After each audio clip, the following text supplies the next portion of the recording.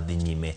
Aput manono commissioners mag IBC manyocho chungi tich Irene Masit otieko chenro mar winjo neno kendo koro chako chenro mandiko report mare. Aput no motele gi Agri Muchelule obedo gi romo mare kawuono kama Masit kokalo kuom okil mare Donald Kipkorir omako chung' motegno ni onge ketho mane otimo e kinde yiero mokalo. IBC bende wacho ni Masit ok owinjore maki lemo e duolno wirani ne ok otayo chenro mag yiero e yor chik. It is not enough to allege conspiracy, but the tribunal must show that Cherera 4 had common intention, that their minds were at Edom, and that they jointly conspired to subvert the electoral process.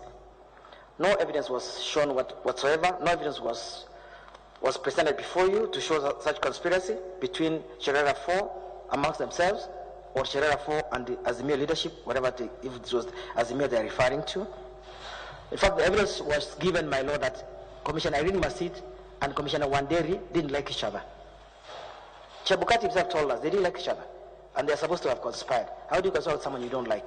That's their own evidence. I think on our part, we consider that every criticism that there was went to enrich this process, and it will not be taken in any other manner. Democracy, the rule of law, and all the attendant